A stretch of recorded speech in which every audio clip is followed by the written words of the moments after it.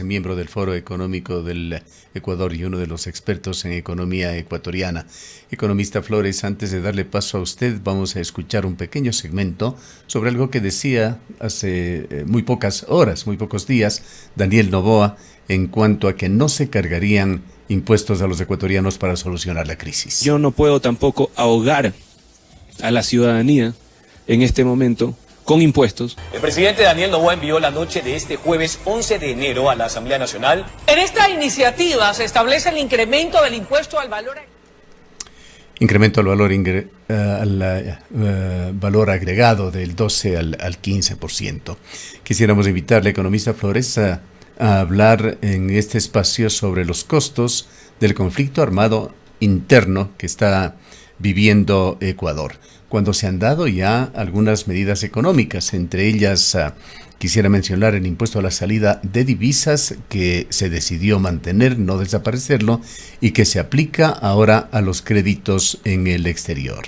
Otro nuevo impuesto es el 1% del valor de la matrícula de los vehículos para financiar el nuevo Fondo Nacional de Eficiencia Energética. Y este tercer impuesto, que en forma unánime, por lo menos en esto vemos que hay bastante uniformidad en la gran mayoría de economistas ecuatorianos, de que la elevación del 12 al 15% es un impuesto fuertemente regresivo, inconveniente, desde todo punto de vista para la situación de Ecuador. Los únicos comentarios en positivo que hemos escuchado es que esto podría mejorar la imagen ante el Fondo Monetario Internacional, esa imagen financiera del país tan venida a menos. Hay por otra parte discrepancias. El gobierno señaló que este incremento tendría un efecto de aproximadamente 1.340 millones de dólares al año, que por aplicarse desde marzo, como es la propuesta, sería del orden de 1.000 millones, pero hay otros cálculos que hablan de que el impacto de ese 3% son de unos 2.000 millones de dólares. Y que de cualquier manera no solucionaría ni siquiera la falta de pago de el gobierno, que mantiene impagos a proveedores y a entidades que dependen del gobierno central por el orden de unos 4.000 millones de dólares. Con este escenario general, le escuchamos a usted. Bienvenido. Buenos días, Gustavo. Saludos cordiales para usted y para su audiencia.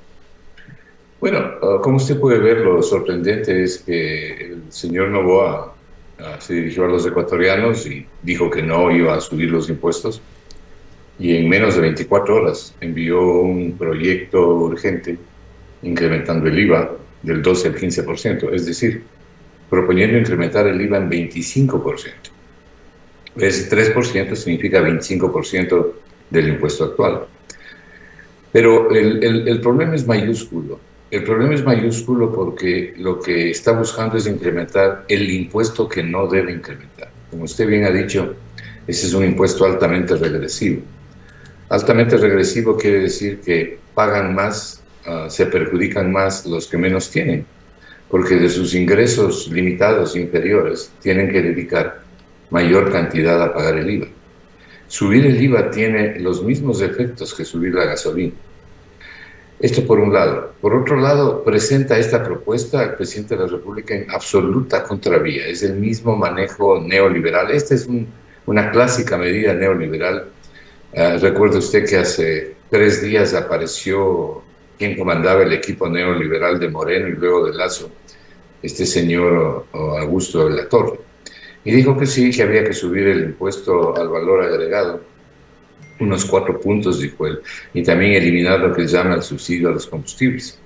Pero usted nunca le escuchará a él ni al resto del coro de neoliberales hablar de que la gente que tiene más dinero colabore en una situación como la actual, colabore en mejor forma, es decir, con mayores recursos a solucionar por lo menos una parte de la crisis.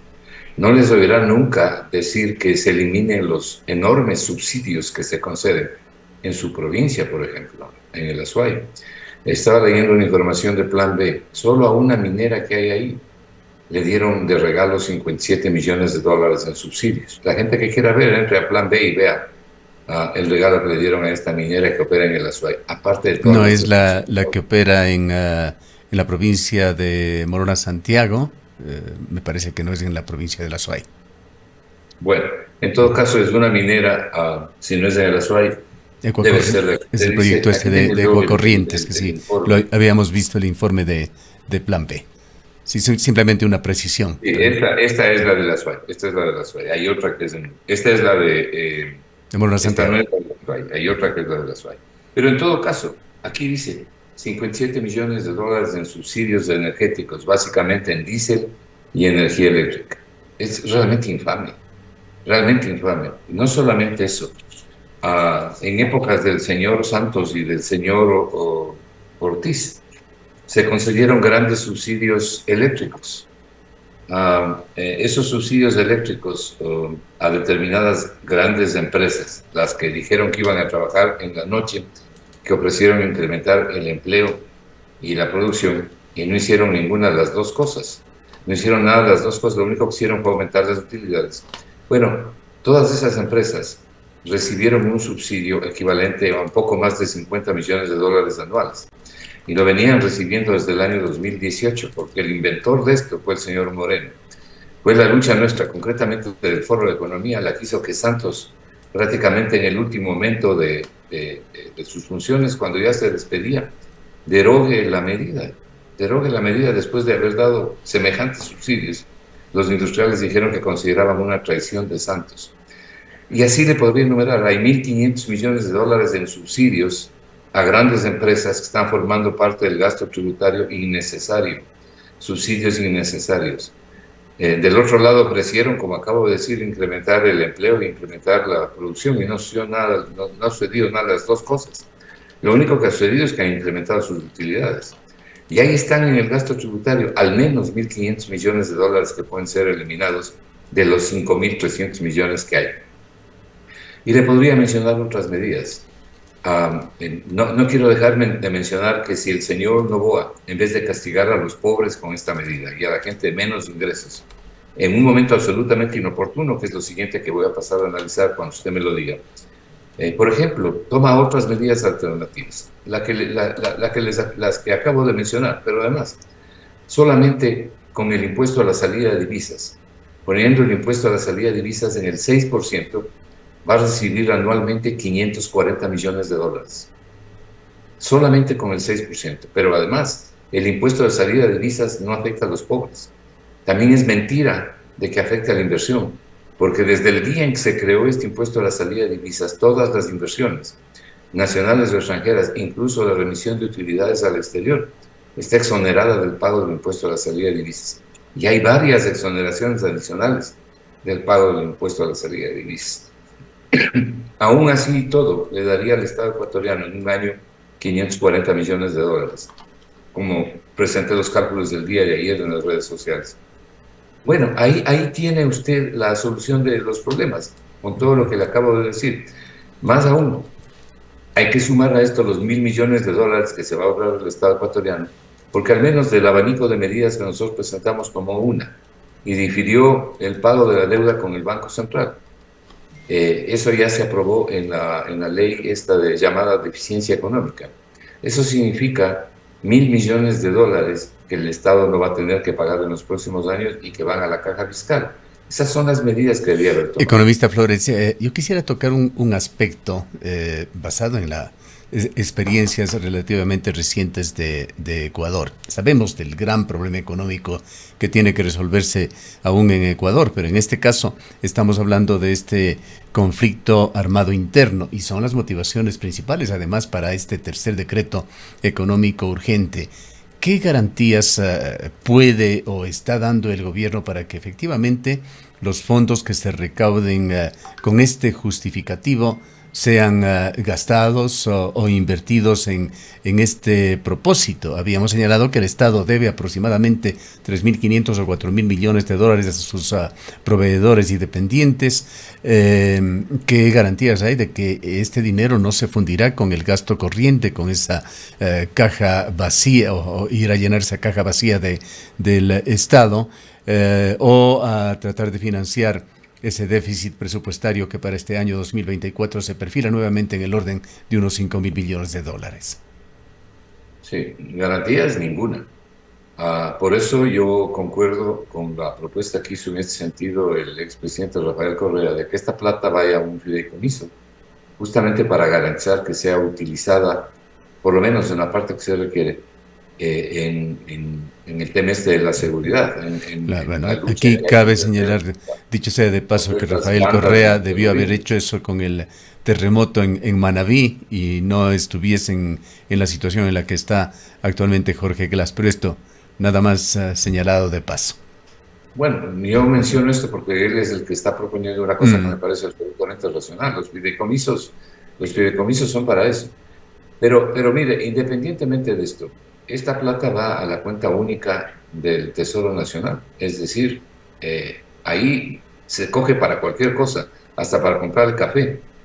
Entonces hay necesidad de separarlo, por lo menos crearle una subcuenta. Pero algo adicional que es importante señalar. ¿Cuál es la oportunidad de esta medida? Pues, Gustavo, es la peor de todas. La economía ecuatoriana se encuentra en franca contracción, retrocediendo el crecimiento económico. Mire, el Producto Interno Bruto, más bien dicho, el consumo representa el 67% del Producto Interno Bruto. El IVA es un impuesto al consumo. Si usted sube el IVA, le está pegando al consumo, y al pegarle al consumo le pega a la demanda agregada. El consumo y la demanda son los que impulsan el crecimiento económico y el empleo, y son los que permiten reducir la pobreza. Los efectos de un incremento del IVA son absolutamente nocivos, especialmente para las personas de ingresos bajos, de ingresos fijos y sin duda para los pobres. En estos momentos, si usted mira los indicadores que publica el Banco Central, por ejemplo, el nivel de importaciones y exportaciones están a la baja, han caído. El consumo de los hogares ha caído. El consumo total ha caído. El Producto Interno Bruto ha caído. La demanda se contrae. La pobreza crítica está en 10.2% del PIB, en 10.2% de la población. La pobreza multidimensional afecta al 38% de toda la población ecuatoriana. Y la pobreza monetaria, es decir, aquellos que viven con menos de $3, afecta a 5 millones de personas. Otro aspecto, Es economista 38%. Flores, que le invitaría a analizar y a conocer su punto de vista, lo expresado por varios legisladores de ADN y de la línea de ADN, como el legislador azuayo Adrián Castro, que no lo dice la propuesta, la tercera propuesta económica urgente de Daniel Noboa, pero que lo señalan los legisladores ya como parte del cabildeo que se ha abierto por este tema en la Asamblea, de que se podría negociar para que sea, como sucedió allí sí con Manabí, una elevación temporal del IVA. No, yo no creo. Yo no creo que eso sea lo que le conviene al Ecuador porque hay medidas alternativas. Eso se dice cuando las gentes que están proponiendo eso no se sienten afectadas por la medida. Pero pregúntele usted a una persona pobre, pregúntele usted a una persona de menores ingresos, y esos en el Ecuador son 7 millones de personas. Pero además, la razón natural no pide fuerza. Esto va en contravía de la teoría económica y de las ciencias económicas. Cuando usted tiene una contracción tan fuerte como tiene en el crecimiento económico, en el empleo, en el consumo, en todos los indicadores económicos, lo que no hace es subir impuestos.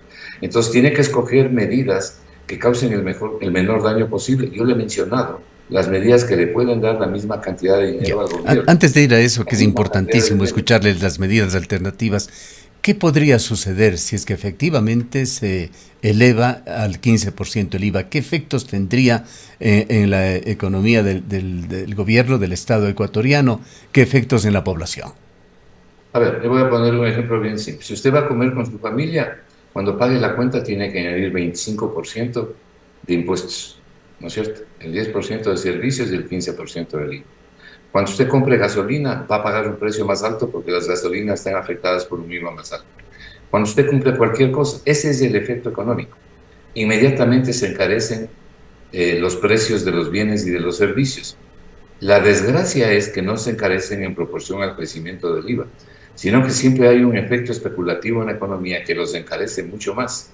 Y en la cadena de producción se van encareciendo en cascada el precio de los insumos y terminamos con bienes que han sufrido un impacto mucho más alto del que uno pensaría que pueden sufrir. Es decir, que habría un impacto inflacionario mucho más allá de lo que debería ser exactamente en términos porcentuales del efecto de esa medida.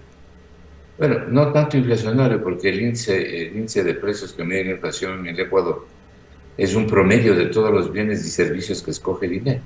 Pero lo que sí va a pasar es que va a subir de manera significativa, o por lo menos de manera importante, el costo de la canasta básica y del costo de la canasta vital. Añada usted a eso la difícil situación que le acabo de mencionar de las personas pobres. Le vuelvo a repetir, según el INEC, estamos hablando de 7 millones de personas. De ellos, 5 millones de personas viven con menos de $3, y de esos 5 millones hay 2 millones que viven con menos de $1.70 al día. ¿Por qué no les preguntamos a ellos qué opinan de que les suban el IVA? Cuando usted tiene otras medidas alternativas. Pero ¿no le parece a usted que no es presentable, y yo le diría que no es ético, y que por supuesto es la más grave inequidad que se puede cometer, que mientras acaba de perdonar 1.400 millones de dólares en remisiones tributarias, y mientras los subsidios a las grandes empresas permanecen intocados, le estoy hablando que son subsidios que suman 1.500 millones de dólares, mientras los subsidios a las mineras y a otros sectores ricos de la población permanecen intocados, se castigue a la gente pobre haciéndole pagar un IVA más alto. ¿No le parece que eso no es ético? Porque la economía está basada también en principios éticos, ¿verdad? Están buscando el bien común, pero el bien común se refiere a todos, no a unos cuantos. Bien, vayamos Entonces, ahora sí, desgraciadamente, le no cumple invito los a requisitos que nos ni cuente éticos, cuáles ni podrían ser técnicos, ni las por fuentes oportunidad. alternativas de ingresos. Bueno, ya le mencionaba algunas. Le dije que simplemente subiendo el impuesto a la salida de divisas va a obtener 540 millones de dólares. Es más, ese impuesto a la salida de divisas sirve como dique de retención, porque lo que está pasando ahora es que está saliendo más dólares de los que están ingresando a la economía ecuatoriana. Solamente en el mes de noviembre la diferencia fue de 400 millones de dólares. Y esto está sumándose todos los meses. Esto, por lo menos, quita los estímulos a seguir sacando divisas y Ya, le da al ya Estado que ecuatoriano simplemente para ir dinero. paso por paso, esto del ISD, había un plan para terminar con ese impuesto que Bueno, ese plan se ya lo acabó. revirtió Noboa, y adicionalmente se ha conocido que este impuesto será aplicado a los créditos en el exterior. Quisiéramos también que nos explique la situación actual del ISD, que es el impuesto que usted sugiere subirlo. Claro, el impuesto a la salida de divisas tiene una larga lista de exoneraciones, una larga lista de exoneraciones. Y nadie pide que cambien esas exoneraciones. Lo que estamos diciendo es que en vez de estar en el 3,5%, que es donde está ahora, se lo ponga en el 6%. Esa diferencia del 3,5 al 6 le entrega recursos adicionales de 540 millones de dólares. Porque un ICD de 6% lo que le da al Estado son más de 1.200 millones de dólares cuando era 5%. ¿Y por qué no Entonces, con la afectaría al diferencia que consumidor estamos esa planteando medida? ahora, usted puede tener fácil entre 1.200 y 1.300 millones. Un incremento de 544 millones. ¿Qué más? Bueno, Ya, le tenemos el preguntaba por cumplimiento qué de, no afectaría al consumidor, al ciudadano común esa medida. por dos razones. Primero, porque los importadores nunca trasladan. Mire, cuando el señor Lazo bajó el ISD, le bajó 1,5 al 3,5%.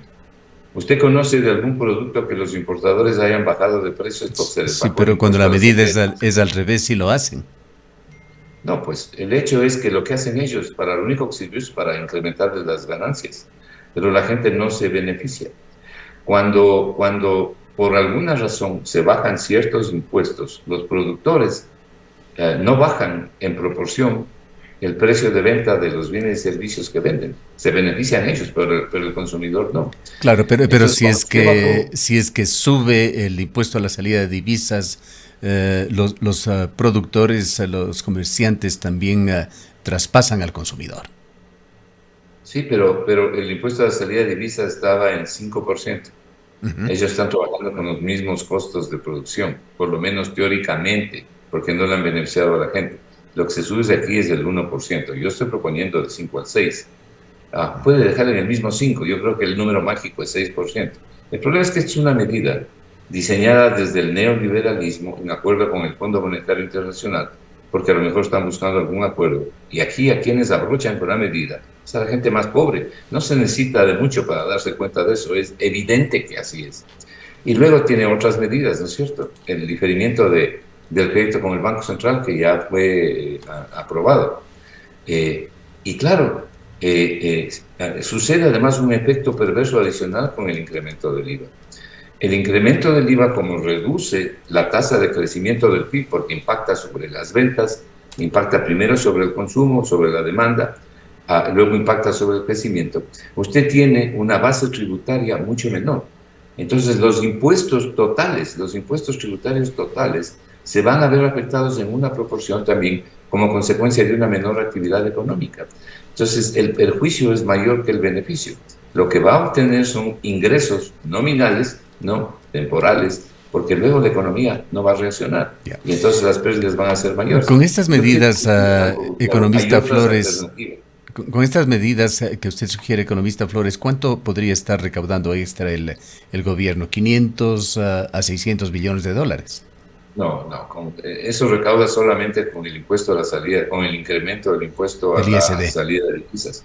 Pero yo le he mencionado que hay 1.500 millones en subsidios, directamente subsidios, llamados incentivos tributarios, en exoneraciones y reducciones de impuestos a grandes empresas. Directamente, ahí hay 1.500 millones, la fuente es el SRI.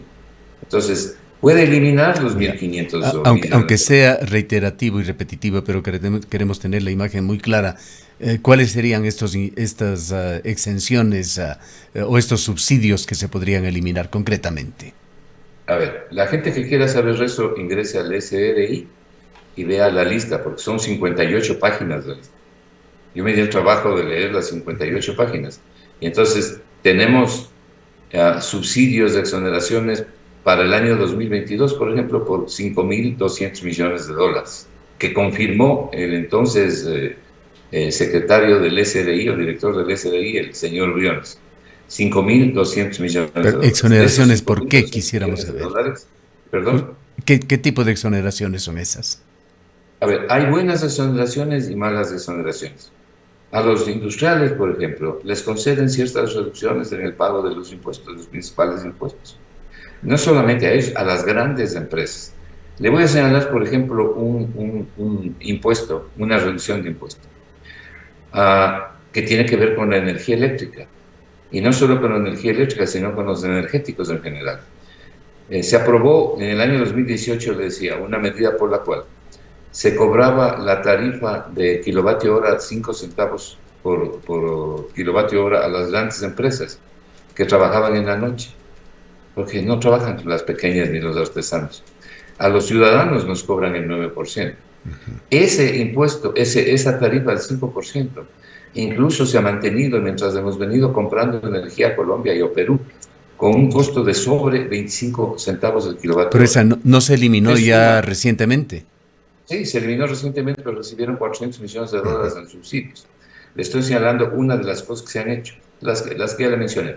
Ahora, si usted quiere saber exactamente qué está metido en los 1.500 millones de dólares, por ejemplo, en el impuesto a la salida de divisas, hay un bloque de 400 millones de dólares que no tiene razón de ser.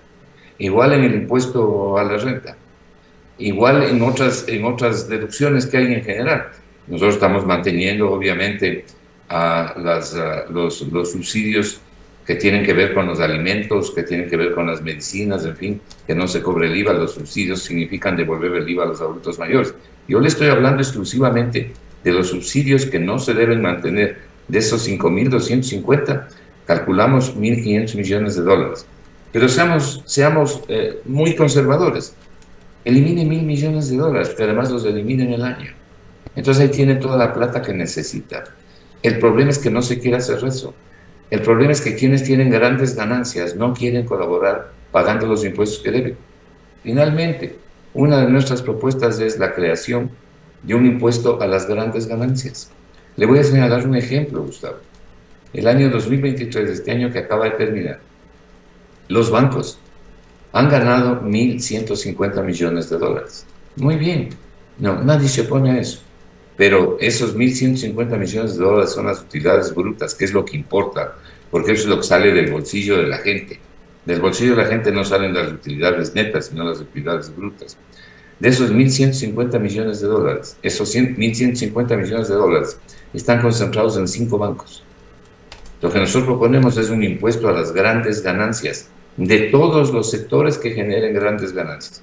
El sector bancario, el sector financiero, para todos quienes generan las grandes ganancias. Ahí están las distribuidoras de medicinas, que desde la pandemia hicieron enormes ganancias y no pagaron un centavo más. Ahí están las distribuidoras de comida, que en la pandemia tuvieron grandes ganancias y no pagaron un centavo más. Ahí están algunas áreas tecnológicas que desde la pandemia han tenido grandes ganancias. No, frente a eso se le quiere poner un impuesto a la gente.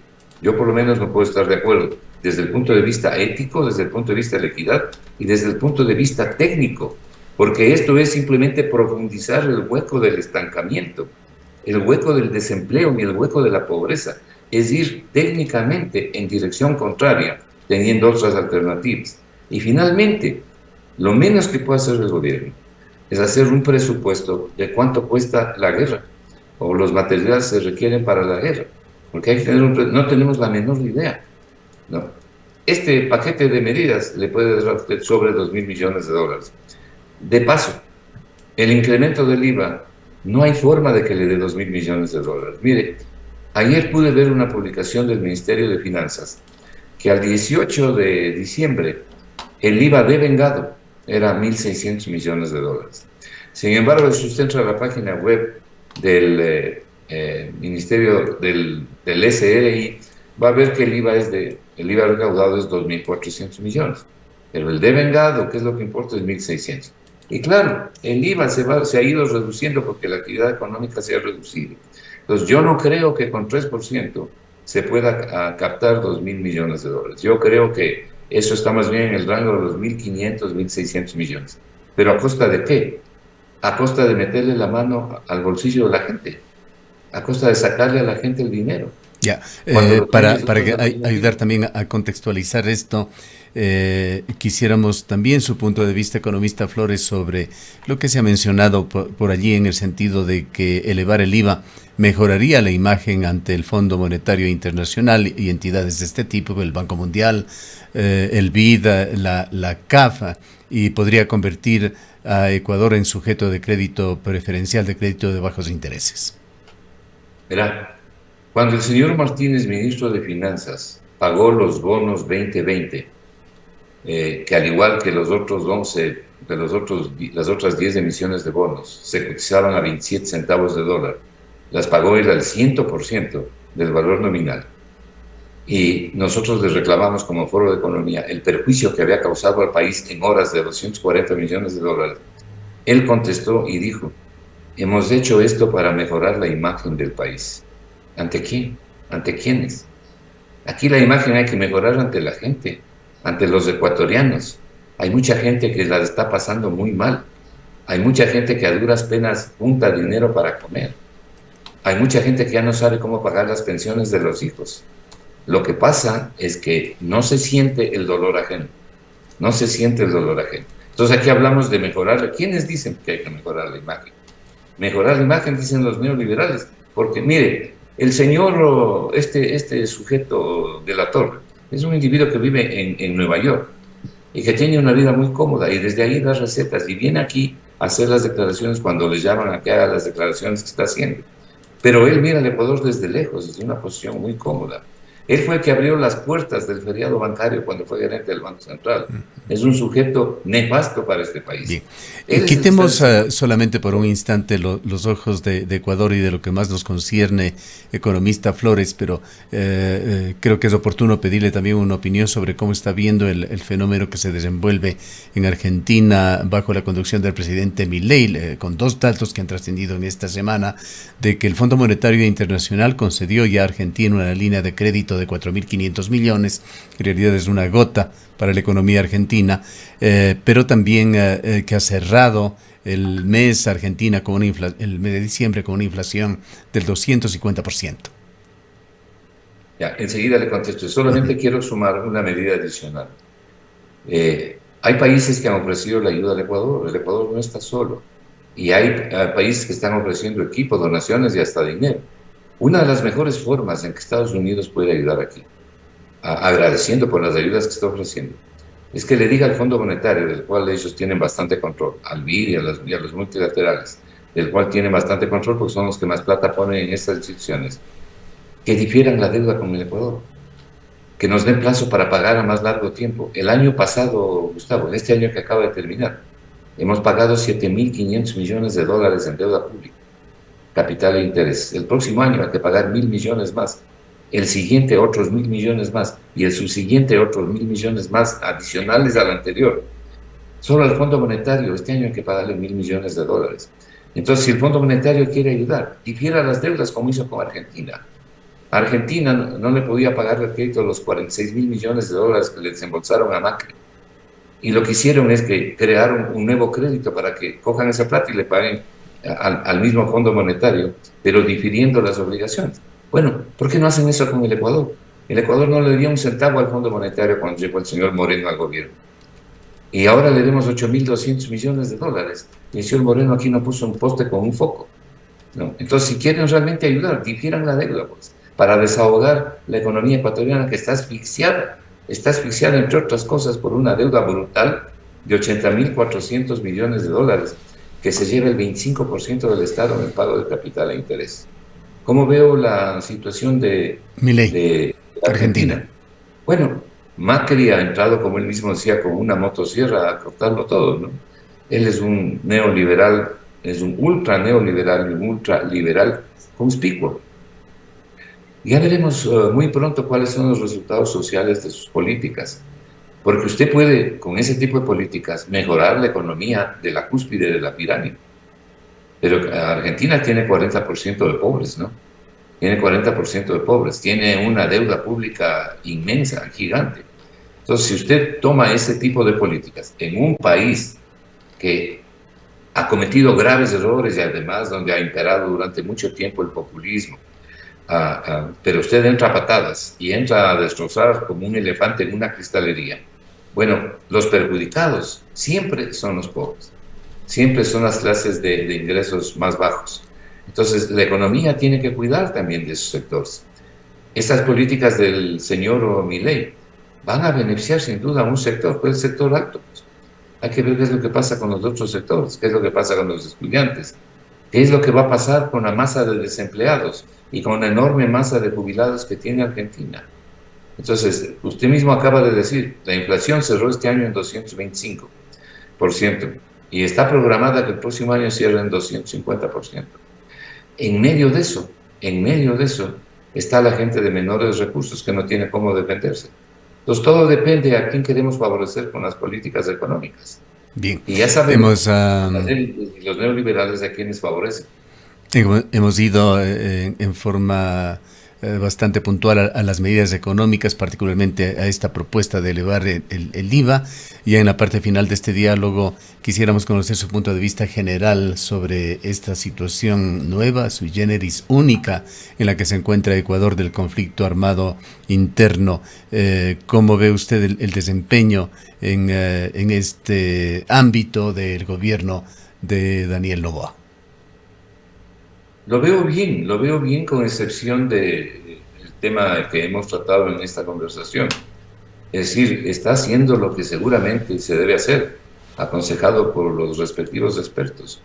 Yo espero que él tenga el suficiente asesoramiento nacional e internacional de gente que conoce del tema. Pero es indudable que hay que aplicar mano dura y mano dura firme para controlar todas estas desgracias que aquejan a la población ecuatoriana. Pero es una cara de la medalla.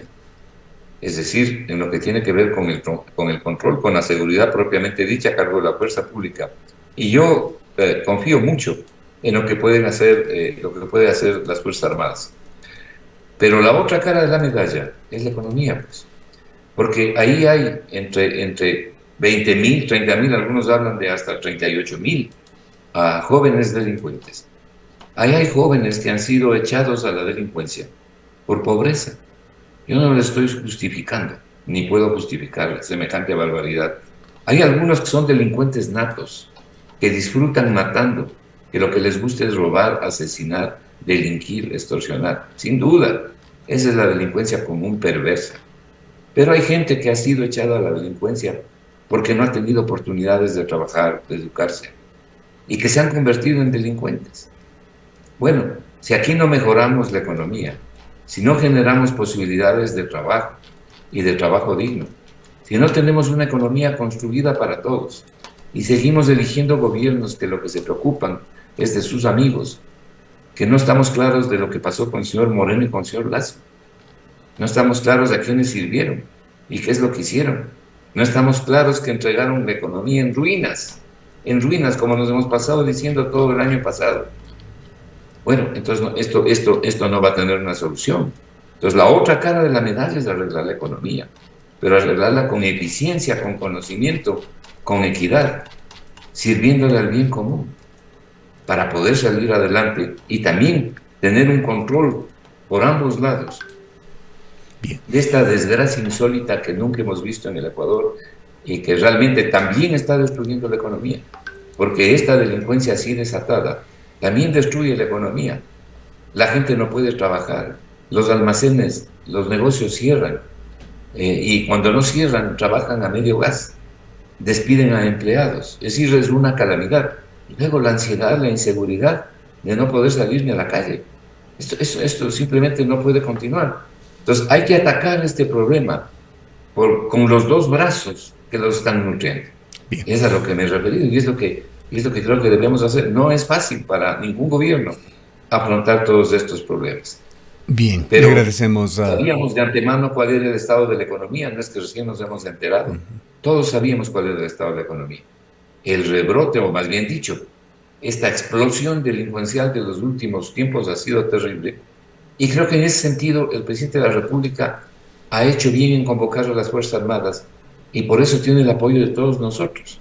Lo que quisiéramos es también apoyarle en una economía dirigida realmente al bien común, con alto sentido social, con conocimiento, con solidaridad, y a ese conocimiento, a ese sentido social y a esa solidaridad, unirle la eficiencia, porque la solidaridad sin eficiencia no resuelve nada, y la eficiencia sin solidaridad se concentra en muy pocos. Quisiéramos apoyarle en esa línea también. Gracias, economista Flores, por habernos atendido en esta mañana. Muchas gracias. El economista Marco Flores es miembro del Foro Económico del Ecuador. Son las 8:56. En mi futuro, me veo finalizando el máster que siempre quise. Yo me veo abriendo mi propio negocio. Yo por fin rodando en mi propio auto. Y yo ahorrando para cualquier emergencia. Todos vemos nuestro futuro diferente. Y ahora con Austro Futuro de Banco del Austro, cada dólar que ahorres